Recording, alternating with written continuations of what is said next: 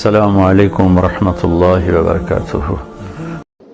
تو ہرس کرنا، ہوس کرنا، مال کے پیچھے بھاگنا، لوگ تعلیم حاصل کرتے ہیں تو مال کمانے کے لیے، ہنر سیکھتے ہیں تو مال کمانے کے لیے، کسی استاد کے پاس جاتے ہیں تو مال کمانے کا طریقہ سیکھنے کے لیے، کسی سے یارانہ لگاتے ہیں تو کہتے ہیں ذرا دیکھو تو صحیح یہ آگے کیسے گیا ہے۔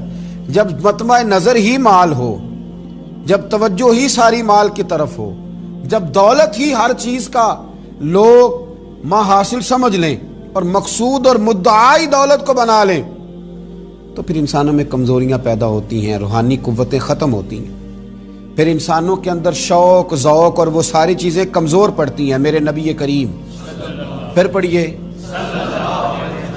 خوش ہو کے پڑھیے، نبی کریم صلی اللہ تعالی علیہ وآلہ وسلم نے نا ہمیں یہ سکھایا ہے، بتلایا ہے کہ قناعت کرو، تھوڑے پر راضی رہنا سیکھو۔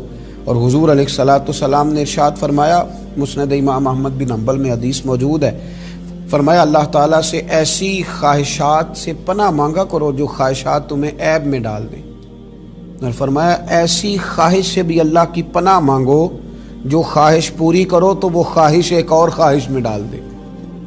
اللہ کی پناہ مانگو اس خواہش سے کہ جو پوری کی جائے تو پھر ایک اور خواہش میں تمہیں ڈال دے، اس سے اللہ تعالیٰ کی پناہ مانگو، پناہ مانگو، اللہ تبارک و تعالیٰ کی پناہ مانگو۔ بزرگوں نے لکھا ہے، حضرت محدث ابن جوزی علیہ رحمہ نے، کہ ایک شخص تھا، اس کے گھر میں ایک ناگن رہتی تھی۔ ناگن، وہ ناگن سونے کا انڈا دیتی تھی۔ بزرگ جب حکایات بیان کرتے تو سمجھانے کے لیے بیان کرتے، سونے کا انڈا دیتی تھی۔ اس ناگن نے اس طرح کیا کہ ایک دن اس کے گھوڑے کو ڈس لیا، گھوڑا مر گیا۔ گھر والوں نے شکایت کری کہ اس کو مار دینا چاہیے، گھوڑا آج اس کے ڈسنے سے مر گیا، یہ ناگن ہے، سونے کا انڈا تو دے گی لیکن ڈسے گی بھی ضرور، یہ ناگن ہے، انڈا سونے کا دے گی پر ڈسنا اس کی فطرت ہے، یہ ڈسے گی بھی۔ اس نے کہا بھی کوئی بات نہیں، سونے کے انڈے سے کئی گھوڑے آ جاتے ہیں، مر گیا تو کیا ہوا۔ کچھ دنوں کے بعد اس ناگن نے کتے کو ڈسا، کتا بھی مر گیا۔ گھر والوں نے شور مچایا کہ یہ ناگن ہے تو اسے دودھ پلاتا ہے، یہ سونے کا انڈا تو دے گی پر ڈسے گی بھی، اس لیے کہ ڈسنا اس کی فطرت ہے، اس کی طبیعت ہے۔ اس نے کہا کوئی بات نہیں، سونے کے انڈے سے کئی کتے خریدے جا سکتے ہیں۔ کچھ دنوں کے بعد اس نے پڑوسیوں کے کچھ جانوروں کو بھی ڈسا، لیکن جب انسان کی آنکھوں کے سامنے سونے کے انڈے کی اینک لگی ہوتی ہے نا، پھر کتنے لوگ ڈسے جا رہے ہیں اس کی پرواہ نہیں ہوتی۔ جب سونے کے انڈوں کی اینک لگ جاتی ہے، پھر کتنے غریبوں کی کٹیا جلتی ہے پر اس کی پرواہ نہیں ہوتی۔ جب سونے کے انڈوں کی اینک لگ جاتی ہے، پھر کتنے رشتے ٹوٹتے ہیں، لوگ پرواہ نہیں کرتے۔ سونے کے انڈے کی اینک لگی ہوئی تھی۔ پھر ایک وقت ایسا بھی آیا کہ اس شخص کا ایک ہی جوان بیٹا تھا، ایک ہی بیٹا، جس کی طرف دیکھ دیکھ کے ماں باپ جیتے تھے، جو ان کی آرزوؤں کی امیدوں کا مسکن تھا، جو ان کی آنکھوں کی ٹھنڈک تھا، روشنی تھا۔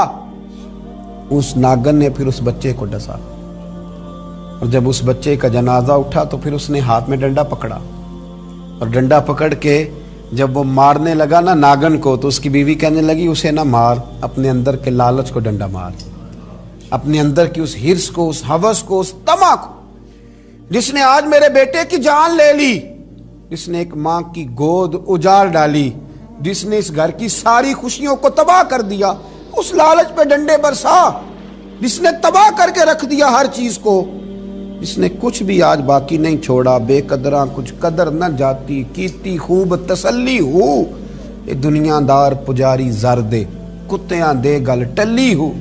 میرے نبی کریم علیہ السلام نے فرمایا دنیا کا مال مردار ہے اور طلب کرنے والے کتے، مردار مال کو طلب کر رہے ہیں۔ بیٹے کا جنازہ اٹھ گیا، اب کیا فائدہ ہوا؟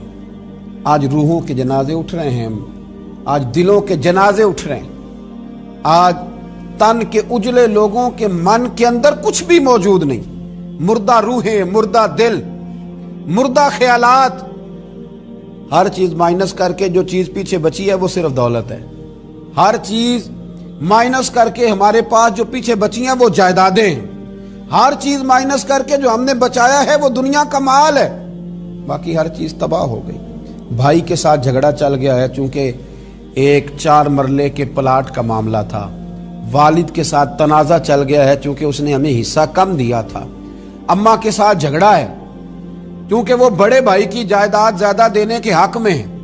ہمارا اپنے دوستوں یاروں کے ساتھ جو رشتہ ہے وہ لالچ کا ہے۔ ہم نے ہر جگہ ہرس کا بازار گرم کیا ہے، طمع، لالچ، یہ ساری چیزیں اس تیزی کے ساتھ لوگوں نے اوڑھی ہیں کہ ہر طرف دولت کا بازار گرم ہے۔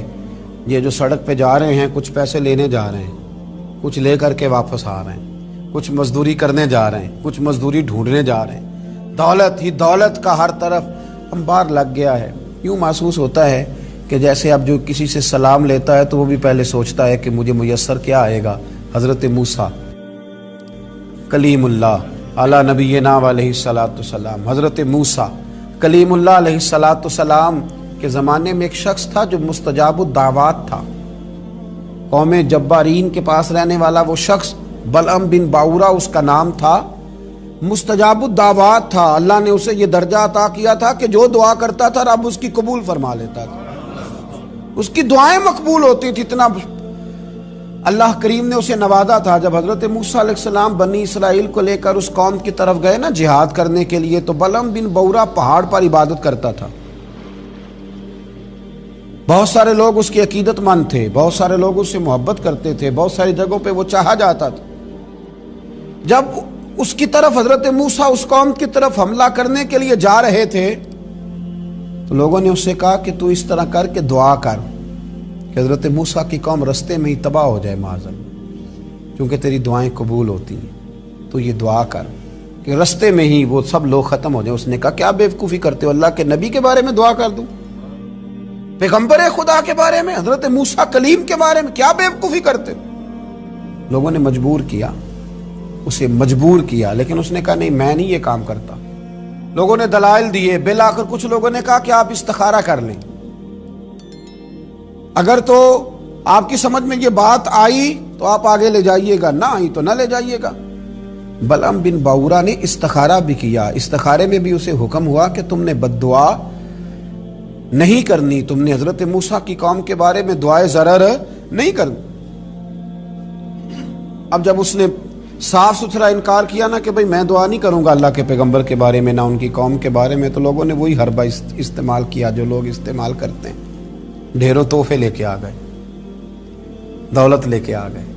اللہ تبارک و تعالیٰ جب دین کے نام پہ لوگوں کو عزت دیتا ہے تو پھر لوگ اس کو استعمال کر کے دنیا اکٹھی کرنی شروع کر دیں، پھر لوگ اپنا بڑا نقصان کرتے ہیں، پھر اپنی روحانیت کا، اپنی تاثیر کا لوگ بڑا نقصان کرتے ہیں، پھر لفظوں کے ہیر پھیر سے دولت کمانا چاہتے ہیں۔ لیکن یاد رکھیں لفظ تاثیر سے بنتے ہیں، تلفظ سے نہیں۔ لفظ تاثیر سے بنتے ہیں، تلفظ سے نہیں۔ اہل دل آج بھی ہیں اہل زباں سے آگے، اہل دل آج بھی ہیں اہل زباں سے آگے۔ پھر لوگ سودے کرنے لگتے ہیں اپنے الفاظ کے، حروف کے۔ بہت سارے جب تحائف ملے، قائل کیے تو آمادہ ہو گیا، دولت جو سامنے آئی لالچ کر گیا۔ اس کو قرآن حکیم نے بیان کیا ہے، اس واقعے کی طرف قرآن پاک نے اشارہ فرمایا۔ بلعم بن باورا نے ہاتھ اٹھائے اور دعا کے لیے جب نکلا تو جس گھوڑے پہ سوار تھا، جس گدھے پہ سوار تھا، جب یہ جا رہا تھا نا پہاڑ پہ چڑھ کے میں بد دعا کروں گا حضرت موسیٰ کی قوم کے لیے، جب جا رہا تھا تو گھوڑا واپس بار بار منہ پھیرتا تھا، واپس اس کو کہتا تھا نہ جا، واپس آ جا۔ یہ اس کو مارتا تھا، پہاڑ کی جانب لے جاتا تھا۔ اللہ اکبر۔ یہ بار بار مارنے لگا تو گھوڑے نے، اس کی سواری کے جانور نے دعا شروع کر دی۔ گھوڑا تھا یا گدھا تھا، اس نے دعا کی، اللہ مجھے زبان دے، میں اس لالچی کو کچھ سمجھا دوں، مجھے زبان عطا کر، میں ہی اسے کچھ سمجھا دوں۔ اللہ نے زبان دی تو گدھا کہنے لگا آگے نہ جا، تو مجھے آگے بھیجتا اور اللہ کے فرشتے مجھے واپس بھیجتے ہیں۔ لیکن لالچ تھا نا طائف کا، دولت کا، جب چڑھا پہاڑ پہ اور حضرت موسیٰ کے لیے ہاتھ اٹھا کے قوم کے لیے بد دعا کرنے لگا تو لفظ حضرت موسیٰ کی قوم کے لیے ادا کرتا تھا، نکلتے اپنے لیے تھے اور ان لوگوں کے لیے تھے جنہوں نے دعا کے لیے کہا تھا۔ وہ لفظ پلٹ کے اسی پر آئے، اتنا اس کا برا حال ہوا کہ زبان لٹک گئی اور پھر اللہ کے شدید عذاب میں مبتلا ہوا۔ یہ لالچ عذاب کو آواز دیتا ہے، عذاب کو آواز دیتا ہے، اور انسان کی قناعت انسان کو عزت والا کر دیتی ہے۔ دعا ہے اللہ تعالیٰ کی بارگاہ میں اللہ تعالیٰ ہمیں لالچ سے بچائے اور قناعت کی دولت عطا فرمائے۔ آخر دعوانا الحمدللہ رب العالمین۔ ناظرین، اگر آپ ایسی ہی مزید ویڈیوز دیکھنا چاہتے ہیں تو ہمارا ARYQ TV کا چینل سبسکرائب کیجئے اور بیل آئیکن کا بٹن دبانا نہ بھولیں۔